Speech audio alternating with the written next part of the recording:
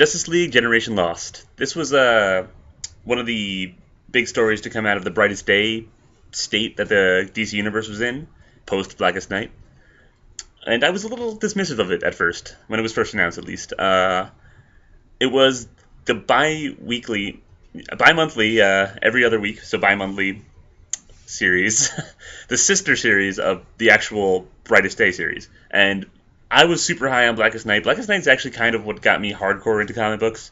I was like into, superheroes and nerdy stuff, and I'd read trades, and I would watch movies and stuff. But when Blackest Night was coming out, that's when I actually started going to the comic book shop every week and buying the newest issues, because it was so good I kept wanting to read it. So I was looking forward to Brightest Day. And that one, it wasn't the main Brightest Day series wasn't, I don't want to call it a letdown. It wasn't as good as I had hoped. It was Jeff Johns and Peter Tomasi, two writers I really like, so I was really had high hopes for it. It was okay. Maybe I'll give it a reread, and maybe it's better than I remember. But I remember it being not nearly as good as Blackest Night. That was the other one that was going on bi-monthly. So one week would be Brightest Day, and the next week would be this one, and on and off and on and off. And at first I was like, this doesn't look that good. I like the JLI and everything. I like Booster Gold, but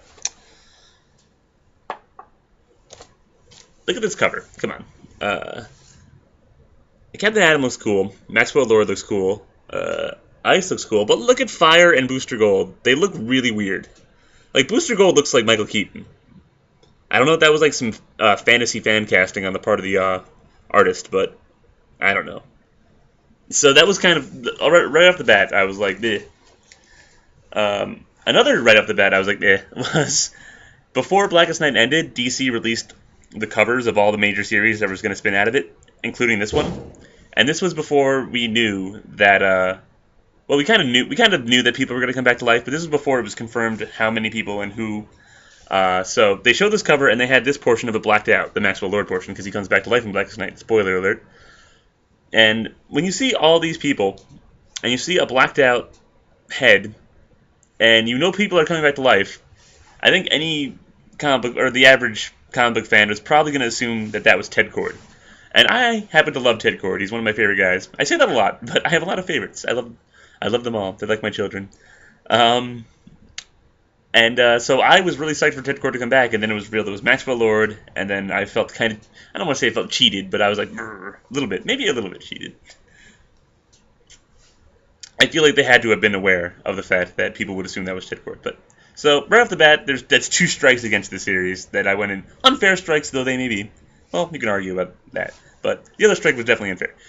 After reading this series, I read it. I bought it every week. I gave it a chance, and I was glad I did, because this became my, I would argue, I can't argue my favorite, but might be my favorite Justice League story. Not my favorite Justice League International story, not my favorite Justice League weekly series, just my favorite Justice League story, period. It's really, really good. It concerns the JLI, and for those of you who not in the know, the JLI was kind of like, they're kind of regarded as the joke Justice League. They're like the more wacky Justice League. When did they come out? Was it the 80s? It was either the 80s or early 90s. Maybe both. Maybe it was the 70s. I don't know when it was coming out. I have never read the original JLI series. I just happen to like the characters. Maybe I should read it. Read by Keith Giffen. But anyway, so in the real world, it's considered the joke Justice League, and in the DC universe, they were considered the joke Justice League. A lot of, at the time, not the best members. Like, as much as I love Booster Gold, he was kind of, I don't want to say useless, but not the greatest superhero. Captain Atom Strong, Fire and Ice, they're cool, but I feel like they're kind of one note power wise. Like, I gotta stop kicking that. Fire and Ice. Not a lot of catchy, not very catchy names, but nothing against them. Guy Gardner was on the team, and Guy Gardner's a complete asshole. He was at his most asshole-ish when he was on that team, so Batman was on the team. Yeah. But so, even after they broke up, their legacy was kind of tarnished, and when we get to this series, they've kind of picked themselves, a lot of them, with the exception of Ted's dead, Blue Beetle's dead, Booster Gold is kind of disgraced. I'll get back to that soon. But everyone else seems to be kind of doing well. Ice died and came back to life, so she's kind of dealing with that. Fire's a major member of Checkmate. Captain Adam's just back in the military. He was never really disgraced. But yeah, Booster Gold. I'm going to tell you a little bit about Booster Gold. Booster Gold comes from the future. He came back to our time in order to use future technology to be a superhero and gain fame and money. Eventually, after the series 52, he was found by Rip Hunter, and I don't know, how should I say this? Became like, remember that show Time Squad, where they would enforce your past to protect your future? What Booster Gold series was him going around to major events in the DC timeline and fixing things because there are evil guys fucking things up in history. Also, since the evil guys had access to time travel, they couldn't know that it was Booster who was doing it. So Booster had to keep up appearances of being a complete, total fuck-up while he was being one of the greatest heroes who ever lived. This makes him a really interesting character, and he's one of my best friend's favorite characters, so it comes from good stock. I should also talk about Maxwell Lord. He was the guy running the Justice League International. He was not a bad guy at the time, but it was later in Infinite Crisis, it was revealed he was in fact a bad guy the entire time, and the reason the Justice League was such a joke was that he was purposefully running it kind of ineffectually.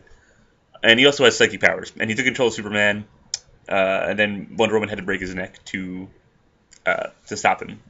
So, in The Blackest Night, Maxwell Lord came back to life, and he used his psychic powers to send a massive psychic wave all across the Earth and make everyone forget that he ever existed, except for 4 people who were in the same room at the same time.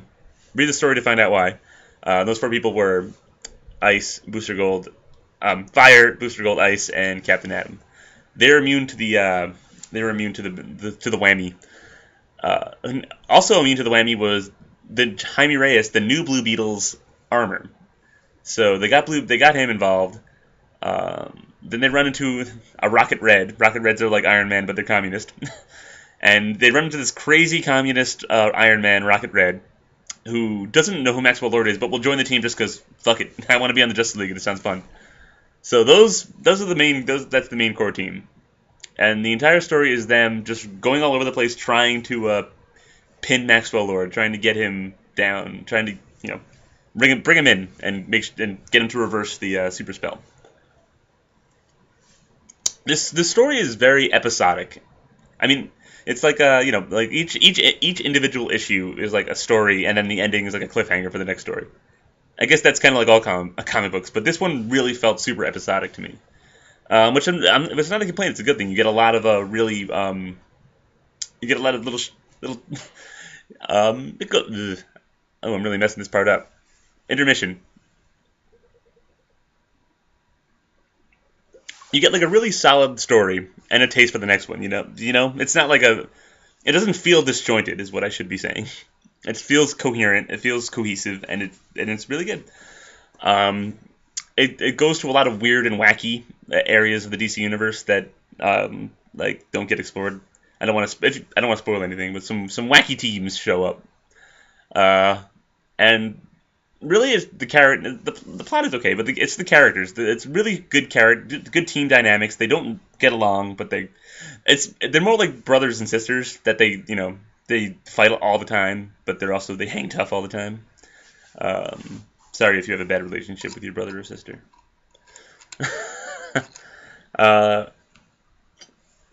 Booster Gold's good. He takes his natural place as the leader of the team. Fire is really good. I like her a lot. She's pretty cool, ironically. Ice is kind of interesting because she spends this at least the first half of the story, kind of like, I don't want to be here. I don't want to be here. That's all she does for the first half of the story. Kind of annoying.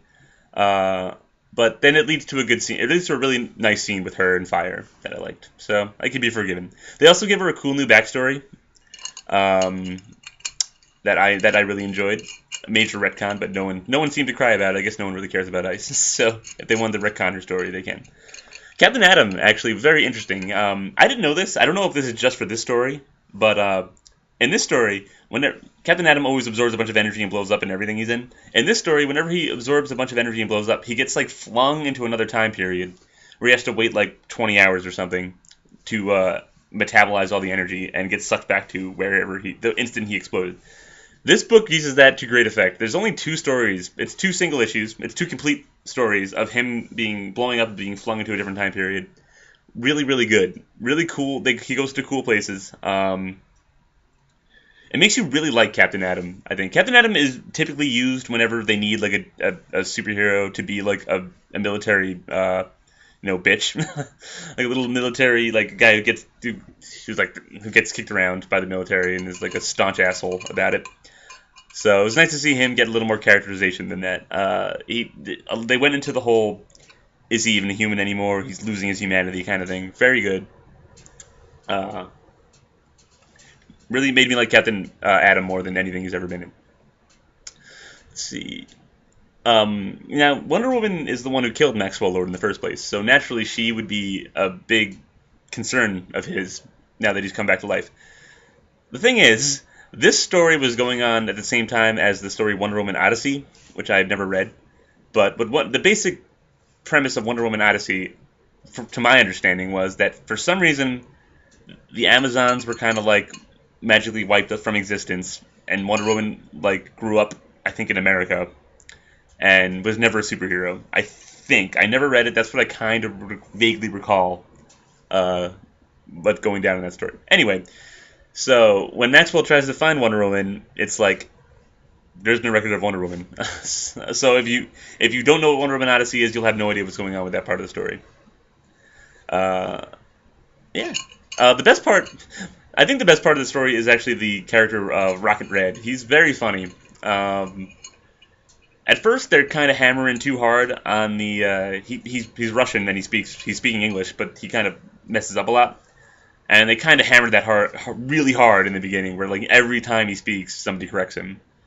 They kind of cool it in the second half of the story, but other than that, he's really good.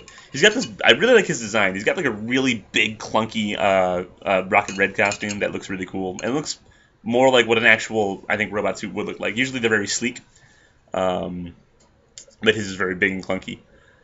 And in New 52, he died like 4 issues into the Justice League International pseudo sequel to this. So fuck that series. I think I was the only one even reading it. And then when he died, I stopped. And they were like, shit, Sully's not reading this anymore. So they canceled it. That's my story, and I'm sticking to it. Another really good thing about this series is the covers. The covers are super cool. A lot of Cliff Chang art. Let me just see if I can whip out a couple of particularly cool ones. Besides the first cover, which was awful. Let's see. I don't want to sit here and flip through a book. Guy Gardner's in this for like 1 page. He was on the original Justice League International, but they kind of changed. He was doing his own thing post Blackest Night, so they couldn't really have him in the series. Like, check out that cover. Don't look at the spoilers. No. But isn't that a really cool cover?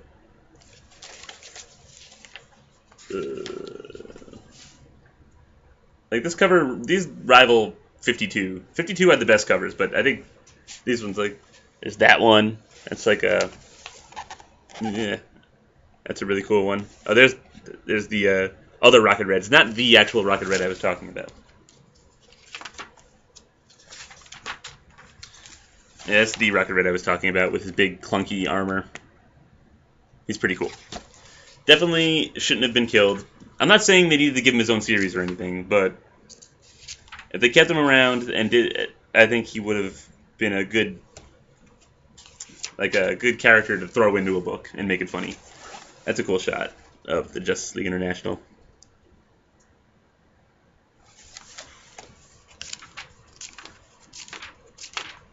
There's one other cover I wanted to show that was really. I don't want to get too far and show a bunch of covers because one, it'd be boring just seeing me flip through this book, and two, they kind of tell the story.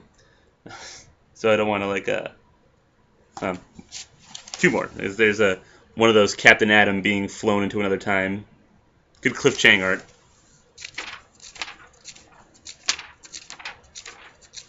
Bear with me here, Babo. There's one more that I thought was really cool.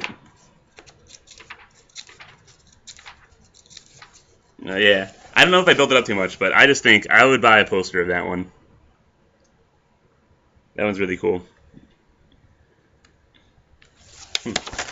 Yeah. So yeah, got the two hardcovers here. This is a long story. This is I forget. It's like, let's see. It's got to be around 26 issues. So pretty good, pretty long.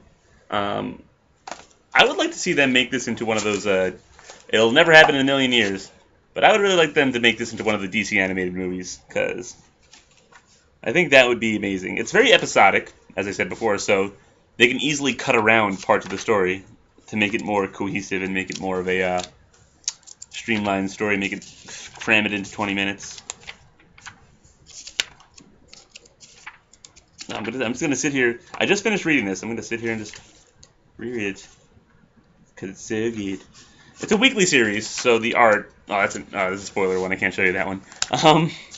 It's a weekly series, so the artist changes from issue to issue.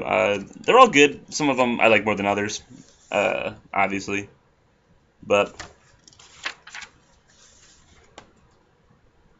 still. If you haven't read this, I would definitely recommend checking it out. I think it's one of those. I don't want to say it's underrated because I've never heard anyone talk about it. I think it's underbuzzed, maybe. I think it's one of the. That should have. Oh, it's a spoiler. That should have been the cover of the actual book. Like look at that cover. That's weird. Maxwell Lord's not a giant. Like, that should have been the actual cover. That one's pretty cool, right? I don't know if you could see it, really. I was trying to cover up stuff.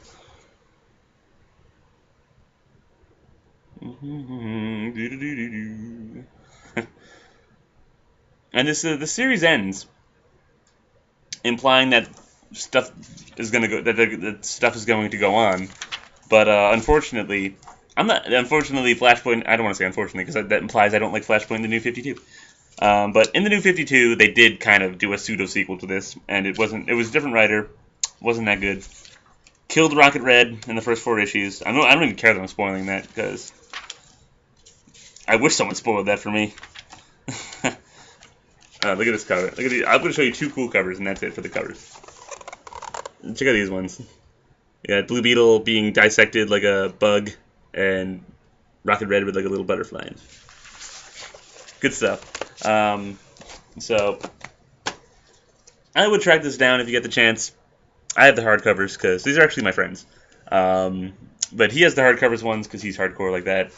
There's probably softcover one. There's definitely softcover ones out there. So track those down and definitely give this a read. So thanks for listening.